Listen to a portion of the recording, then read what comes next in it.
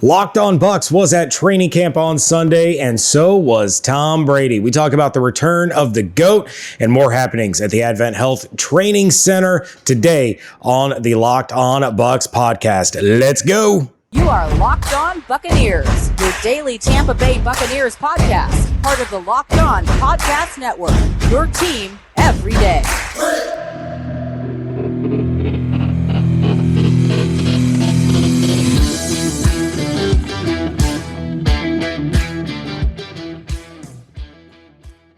What's up, and welcome to the Locked On Bucs podcast, part of the Locked On Podcast Network, your team every day. We are your daily podcast covering the Tampa Bay Buccaneers, free and available on all platforms, including YouTube.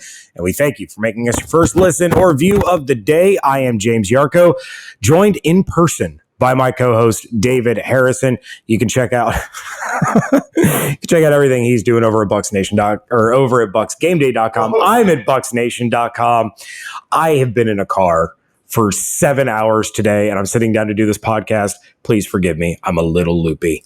But check out David at BucsGameDay.com. Check out my stuff at BucsNation.com and follow along on Twitter at LockedOnBucs, at JYarcho_Bucs, and at DHarrison82. And again, we do thank you for making the Locked On Bucs podcast first listen or your first view every single day. Today's episode brought to you by BetOnline, who has all the props, odds, and lines that you're ever going to need for the sports betting season, even if you're Calvin Ridley and you want another year off from football. BetOnline, where the game starts. A rookie was running rampant at Buccaneers training camp, James, and it's going to make the departure of one veteran seem a little more easier to swallow, at least if this performance continues the way that it did on Sunday. More on that coming up. But first, we're going to talk about the return of Tom Brady to Buccaneers practice on Saturday and Sunday for the weekend after missing practice on Friday. And of course, that got people a little stirred up.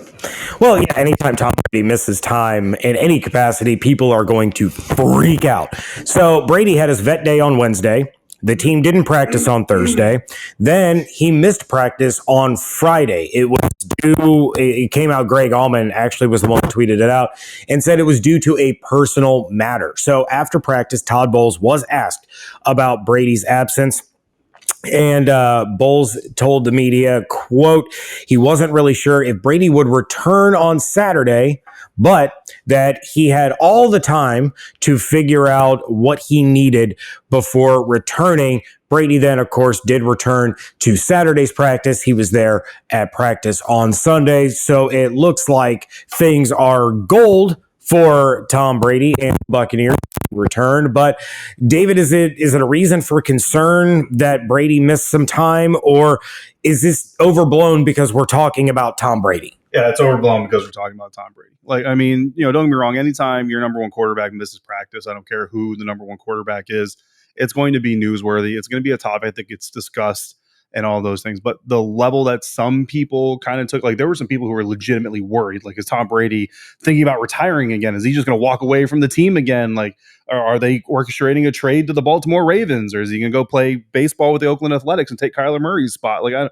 there was kind of some crazy reactions going on to it, which of course, that's why we bring it up, on this show, is to kind of go out there and kind of try to dispel as many things as we can. Now, granted, we don't know for sure. Like, I didn't talk to Giselle and, get inside information from her that no, he's not talking about retiring again. Honestly, James, I mean, if I just, put the human spin on it, right? Because again, Tom Brady, best quarterback to ever play the game, still a human being, still wakes up in the morning and has 2 feet, 2 legs, just like the rest of us. He checks the devil, or the deal with the devil that he made to have this long career, and he makes sure that everything's in line, and then he goes to work. Honestly, it could just be the news, the whole decision coming out from the NFL and all that stuff, and knowing kind of the stir that's going to get, and kind of like, let me just get away from that for a minute. Let me get away from the drama for a second, just to kind of take a break and not have to face those questions, because it's not something I want to talk about right now. Because, you mentioned on your episode with Evan, reacting to the whole news that the Miami Dolphins had in fact tampered and all these things, you don't go looking for another job when you already have a job. And or when you don't have a job, you still usually have a job when you go looking for another job, right? Like, inside information, I was talking to BucsGameDay.com and Sports Illustrated while I was still working for BucsNation.com. That's, Bailey Adams was talking with Pewter Report about moving to Pewter Report while he was still working with BucsNation.com. Doesn't make us both traitors, no matter what you or Gil say. That's just kind of how the business works. But at the same time, and you know, I'm not a football player, I'm not an NFL player, but I do feel like I have a little bit of you know of stock in this arena because I too, well, not I too, because he didn't do it, but I recently left an organization that I worked for a very long time, and while I was looking for my next step, while I was planning my next step, I was still fully dedicated to everything that I had to do day to day for that first organization. But I also had it under in my understanding that there was something more for me outside that organization that I was going to go work for. And so again, I just the more time you put between these things, the less it kind of comes up. And again, there's some people probably right now who are like, "Oh yeah, I didn't even think about that until you just said it." But that could be very well the strategy is like, you know what, give me that vet day so I don't have to talk to anybody. I'm just off to the side or just doing my own thing. And then you know what, coach, let me just take a breather real quick and just be at my house and just, you know, I don't know, play video games with the kids or whatever they do, hot yoga in their private yoga studio. I don't know, whatever rich people do, and get away from it. And you know, now he comes back and he looks like Tom Brady. Yeah, I mean, and that's a good point. And, you know, you heard it here confirmed. David Harrison says that Tom Brady will not be at practice all next week to avoid everything Miami Dolphins. But no, that's a valid point. You know, it was big in the media. He didn't have to answer for it that day, but as Evan said on the episode that I did with him, he was in a bad mood that day. He was in a real bad mood. He probably got the heads up that report was about to come out. Yeah. So, you know, yeah, remove yourself from the situation a little bit. Nobody is worried about whether or not Tom Brady's going to be able to perform if he misses a couple of practices. He has a vet day. He has a personal day. We all take personal days. I'm taking a personal day right now to be down here. So, you know, we all do it. It's not a big deal when you really, you know, look at it in the grand scheme of things. He'll be practicing next week, despite what I just said in a joking fashion for anyone that took me seriously. He'll be practicing against the Dolphins all week, and that's why he's not going to play in the game on Saturday, because he's going to get plenty of work against the Dolphins defense during practice. So it's really not a big deal, and you're 100% right. It's way overblown because it's Tom Brady. Move the Dolphins tampering stuff completely out. If Tom Brady misses any time, if Tom Brady has a, you know, ingrown toenail, it's going to lead off, you know, 90% of Tampa sports talk because it's Tom Brady, and that's just kind of how it is. Yeah, I mean, it'll probably lead off, you know, NFL Network's camp coverage for that day as well. But yeah, so Brady was back in action this weekend, which is great, of course. And which means he was back in action Sunday, and he was looking like, well, Tom Brady, because missing one practice is not going to derail everything that Tom Brady does. In fact, he was involved in what I'm going to dub the play of the day for today, which was a touchdown to the back end of the end zone. They were doing goal line drills, and Tom dropped back, had some decent pass cover or pass protection. Of course, you know, I don't know if I'm a Buccaneers pass rusher. Like, I want to win some reps, but I'm also staying as far away from 12 as I possibly can. So good pocket, solid pocket. Tom stood strong. Eventually he fires the ball into Tyler Johnson, number 18, in the back of the end zone over the head of Mike Edwards. And I mean, literally, like, if Mike Edwards' head is here, like, he could have worn it as a crown. It was placed perfectly over Mike's head. Tyler reached up late hands, which is always what you want out of a wide receiver, snatched it out of the air and got both feet down in the back of the end zone. The fans that were in there in the back of the end zone, obviously they cheered. All the media members looked at each other, golf clap. Very nice Buccaneers play, unbiased. And Tyler hurled the ball into the air higher than I could because he's got a lot more muscles than I do. And honestly, James, like, first of all, it's a great play. It's a great read by Tom, great patience. Great job by Tyler to continue working to find the open space. You know, Mike was in good position. It's just at some point you're basically going schoolyard. You know what I mean? And Mike's just running around trying to cover this dude that's got like 6 inches on him or something, and he's just trying to keep up with him, doing a good job. And that's just, you know, how the play ends up happening. There's actually another play very similarly in almost the very same spot of the end zone later on. But what? And I could be reading too much into this. I wanted to ask Tyler about it actually, but he headed to the locker room before I could get done with my conversation with Cade Otten. I mean, the way he launched that ball was kind of like all the speculation, all the last year I was out of shape, all the bubble roster talk, all the David Harrison didn't put me on his initial 53, go away. That's right. Like, to me, that's kind of what it was. I don't know if that's what it was. I don't even know if he would have admitted it if it was to me, because he doesn't want that, you know, out there in the public air. But that celebration felt like there was a little bit behind it, more than just I scored a touchdown. Well, this is a big training camp for Tyler Johnson, right? I mean, like you said, you didn't put him on your initial 53 man. Evan didn't put him on his initial 53 man. I'm the lone wolf here. So thank you, Tyler Johnson, for beating Mike Edwards in the back of the end zone and then heaving that ball with some oomph. But this is big. You know, everybody who has talked about Tyler Johnson so far through training camp has talked about how impressive he has been and how much better he is performing so far. And like you've pointed out, we can talk about that when they're in the shorts and the t-shirts and the helmets, but now they're doing it with the pads on. Now they're doing it with a little more contact, a little more real football, energy out there. So the fact that he's continuing to perform, the fact that he's continuing to be a target of Tom Brady, re-earn that trust, it's going to be really, really vital for Johnson to continue that over the course of the next couple of weeks. And I think this weekend or this coming game Saturday against the Dolphins is going to be pretty big for him. Yeah, it's going to be very big for him, as will be the joint practices. Showed that competitive toughness and that ability out there. Another Bucs wide receiver making plays recently at training camp is Mr. Jalen Darden, who was on my 53-man roster, not on James Yarcho's 53-man roster. So equally good news for him as he tries to prove some people wrong. We're going to talk about that coming up. But first, level with me. We've all been in a situation at some point in our lives where we're a little tight on cash. Maybe you can only afford to put a few gallons of gas in your tank. You're stretching those groceries out to the next payday. That is where our friends at Dave can help. If you're living paycheck to paycheck or struggling to make ends meet, it can be really stressful when unexpected expenses come up. Now, Dave can help you out in a pinch when you really need it. What if you get some help from your future self in the form of a little extra cash today? Well, you can do that because Dave is a banking app that can help you get up to $500 instantly with extra cash. That's more money to fill your tank, catch up on bills, or whatever you need that money for. Best part is there's no interest and there's no credit check needed. Millions of people have already downloaded the Dave app to get the financial relief they need with extra cash. So if you're in a pinch and you need some extra help, download Dave and think of it as a helping hand from future you. Download the Dave app from the App Store right now. That's DAVE. Sign up for an extra cash account and get up to $500 instantly. For terms and conditions, go to dave.com/legal. Instant transfer fees apply. Banking provided by Evolve, member FDIC. Future you will thank you. Thanks again for making the Locked On Bucs podcast first listen or your first view every single day. While Tom Brady was back at practice this weekend, some other Bucs did not participate in practice, James. But right now, we're going to talk about a couple of guys who were on the field on Sunday in front of a turned up crowd. That crowd out there was very, very nice, especially when Caleb Skinner of BucsGameDay.com caught a accurate pass from Kyle Trask. That's what we're going to call it. Trask targeted Skinner. He found Skinner. The crowd cheered him, which only embarrassed him a little bit.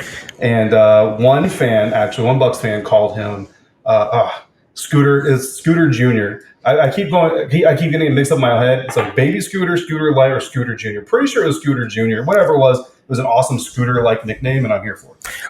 Kyle Trask confirmed Florida State Seminoles fan. Oof. I mean, look, that Gator to Seminole connection. Caleb Skinner, by the way, guys, a Seminole. So Gators to Seminole connection was very real. So another guy having a really great day, and that's not tongue-in-cheek, on Sunday was rookie tight end Cade Otten. Cade Otten of the 3-touchdown catch variety. Cade Otten, the targeted in goal line red zone sets by both Tom Brady and Blaine Gabbert. Cade Otten. Also Cade Otten, one of Kyle Trask's interceptions deflecting off of Cade Otten's hands, but in my opinion, not Cade Otten's fault. That ball was behind him. It was too high. So Cade literally in the air, having to turn in a fashion that if I would have tried to make that maneuver, I would have been on the ground with a re-injured back. Somebody would have been taking me to the hospital, and I would never want to do anything like that again. So Cade Otten, a great effort on that pass, deflected off his hands right into the stomach of Ross Cockrell, who, if anybody remembers, was my 2021 prediction for the most takeaways in the defense. I was off by a lot. But anyway, after his great day at practice, I caught up with Otten on the field and talked to him a little bit. First things first we talked about was his great day. He said, he loves going out there and performing and doing those things for his team. But then we obviously talked about his health, because there was a period of time where just getting on the practice field was a win for Cade Otten. Well, now it's getting 3 touchdowns in a single practice as a win. And he told me, quote, "I feel great, just having a ton of fun, feeling better every single day, just going through the movements that you have to go through to play football at an NFL level. It's been good." End quote. One of those movements, jumping in the air, spinning all the way around midair, stretching out as far as you can to try to catch a ball for your quarterback, certainly looks healthy.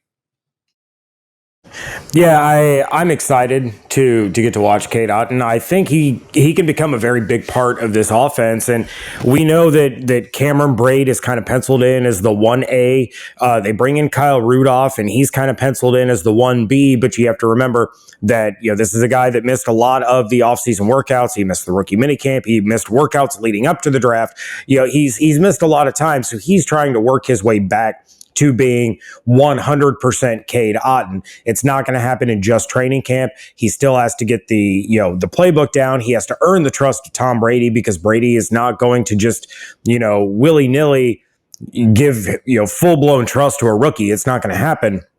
It takes time to develop that chemistry and everything. And something that's going to help Cade Otten, obviously, is the mentorship from Cameron Brate and Kyle Rudolph. And David, we talked about it before they even signed Kyle Rudolph, when we were talking about the possibility of Kyle Rudolph. It was the veteran presence. It was the knowledge that he has that he can bring into the tight ends room, help mentor, a young, hopefully going to be a stud tight end. So he gets to pick the brains of Cameron Brate and Kyle Rudolph. And what Otten told you was, quote, we have a lot of rookies, but those two vets, they've seen a lot of football, and they're super great guys too. They're willing to help out a lot and mentor us as we go through these growing pains and bring us along for the team, end quote. And obviously, Otten's not just talking about himself. He's also referring to fellow rookie tight end Coke Kieft, who we're still not really sure what to expect of him. He was drafted as a guy that didn't block a lot or didn't catch the ball a lot. He was primarily a blocking tight end, but he's impressed early on in OTAs and rookie minicamps with his ability to catch the ball. So, they're Harry and Lloyd, they're Tweedledee and Tweedledum. They're learning and growing together, and they got Brate and Rudolph to help them out with that. Yeah, I don't know if they would appreciate that nickname, but you also have there's a couple other young guys out there. There's a kid from Yale who certainly probably doesn't fit the Tweedledee or Tweedledum moniker. But yeah, I mean, shenanigans. A great room, great leadership group there for those guys. And you talk about earning that trust, and that's something that we talked about as well. And talked to me about earning their trust. He said, making plays. There's still some plays out there, but when the ball comes your way, you got to build that trust. And trust me, Cade Otten built a lot of trust on Sunday with his quarterbacks. Even Kyle Trask, that one that deflected off his hands and ended up in Ross Cockrell's hands. You watch Kyle kind of come off the field after that play, or not come off the field, but come out of the formation after that play, talking to his coaches and everything. And you can kind of say, like, I was trying to put it up here and that's where it was going.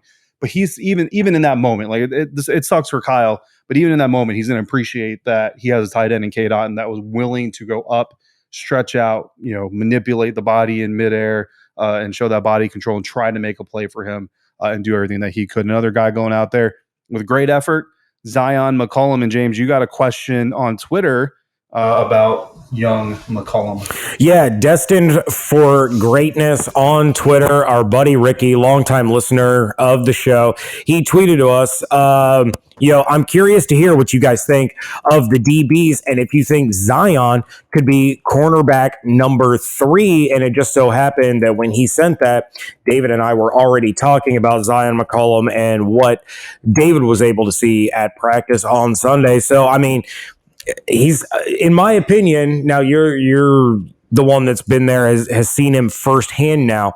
But in my opinion, he's probably got a long way to go before he's going to be able to become that cornerback number 3 to overtake whether it's Jamel Dean or it's Sean Murphy-Bunting. But I'm curious to know your thoughts on McCollum, and we are going to get to that, and as well as a long list of names sitting out of practice on Sunday, which is actually kind of a good thing.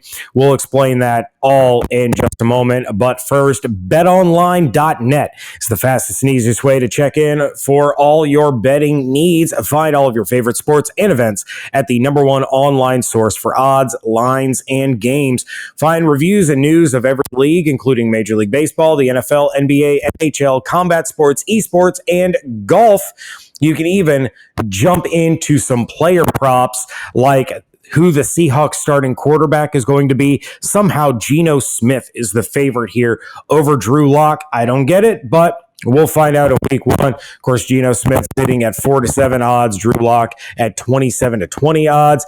Or If you want to keep it in the NFC South and bet on who the Panthers starting quarterback in week 1 is going to be, Baker Mayfield, sitting at minus 1,500 or 1-15. Sam Darnold plus 600. You can get 6-1 odds if you believe in Sam Darnold. I don't, but the BetOnline.net odds are there for you. They continue to be the top online resource for all of your sports wagering information, from live in-game betting, scores, and podcasts. They have you covered. Head to BetOnline today or use your mobile device to learn more about the action happening. BetOnline, where the game starts. Wrapping things up here on today's episode of the Locked On Bucs podcast, and we are going to get David's thoughts on Zion McCollum. We are going to take roll call and discuss who was on the field and who wasn't, how concerned we are about any of these absences. But real quick, starting on Tuesday, we are going to be live on Locked On Bucs YouTube channel after we get back from training camp practices. So make sure that you come back, set those notifications, subscribe to the channel. First of all, set the notifications so that you know when we go live. And we're going to be taking questions in the live chat about what we saw for both the quick hitter live episode, as well as our regular episode, which we will then be recording afterwards. So 2 episodes of Locked On Bucs while we are here on the ground at training camp. So, David, you were there on Sunday on the ground. Talk about Zion McCollum for a minute, and what are the odds that he can work his way into that cornerback 3 spot? Yeah, first of all, physically on the ground, because, don't want to be rude. The fans are in there to see the team, not to watch the back of my head. So physically, literally on the ground so the fans could see their team. What if they want to see the back of your head? Then that's weird that they would go to the Advent Health Training Center in hopes of seeing the back of my head. I'm just saying. But they were just going to move on from that. Zion McCollum. So Zion is an interesting case because if you remember, I had his head coach from Sam Houston on the show after he got drafted just to learn more about the young man and everything. And coach said something that was kind of interesting in the moment. And I kind of hesitate. I flat out just decided not to react to it because, you know what? It's draft weekend. It's draft time. Let's talk about this if it comes up. Well, now it's kind of coming up. So coach kind of talked about how it took like a year or two for Zion to kind of really get into the college game from high school and really get up to the speed of the game and all that stuff. When you watch him on the practice field, and again, this is one day of eyes on observation from me, but then talking to other BucsGameDay.com guys who have been at training camp, our buddy Bailey Adams from Pewter Report, other Pewter Report guys. Pewter Report rolling deep into training camp. Could have run a scrimmage against the Buccaneers with all the guys they had. It's a trend. It's a trend. And what the trend is that you see the physicality. You see, or not the physicality, you see the athleticism, you see the speed, you see the physical ability, right? What is missing a little bit is the physicality, and that's why I kind of reverted what I said. Today during the one-on-ones, he actually came up and lined up in press. Zion McCollum is a super long guy. Like if he's sitting here at this counter, there's a kitchen in front of us that you guys can't see. Like he could probably turn on the sink from here. You know what I mean? Like he's a super long guy. Zero effort to get into the chest. Now I want to say with the one rep that I was watching specifically was Cyril Grayson Jr., who is a smaller guy, but super quick. So if you're Zion McCollum, you're longer, not as quick. You need to disrupt as much as you can. So you expect when you see him in press that you're, especially when you're near the end zone the way that they were, that you're going to see some of that physical action in the beginning of the line or at the line of scrimmage. You didn't see it. And what ended up happening? Well, Cyril Grayson did a couple shimmies, did a couple shakes, and next thing you know, he's catching a pass in the end zone, and Zion McCollum is losing that rep. And his DB's coach was there and coaching him up and kind of talking about some of these things and get your head turned and do all of these. The good thing is you can see Zion putting this coaching to use, right? So later on in the team session, he's targeted. He's an outside corner. He's targeted on a deep route. I don't know who the receiver was off the top of my head right now. But you see Zion in phase, good coverage on the hip of the receiver. And one of the things that he was being coached up on the field on was getting his head turned around in time. He's really good at staying with the guy. That's why I say the athleticism is there. Really good at staying with his man, really good at shadowing him, really good at not, getting out of phase, all those things.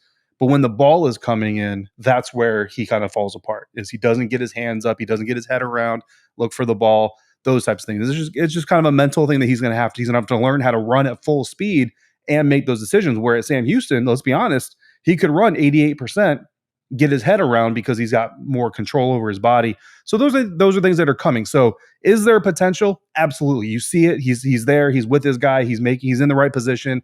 There's a mental side of it that he hasn't quite caught up to and doing it full speed every time. But he's getting coached. He's taking the coaching, and that's a great thing. Not getting discouraged. He's motivated. And I mean, as soon as that helmet comes off, he's all smiles. Like, this kid is living the dream. You know what I mean? So to answer the question, yes, potential for days. Are we going to see it fully this year? No, I don't think so. Honestly, I think 2023, you're going to see a growth.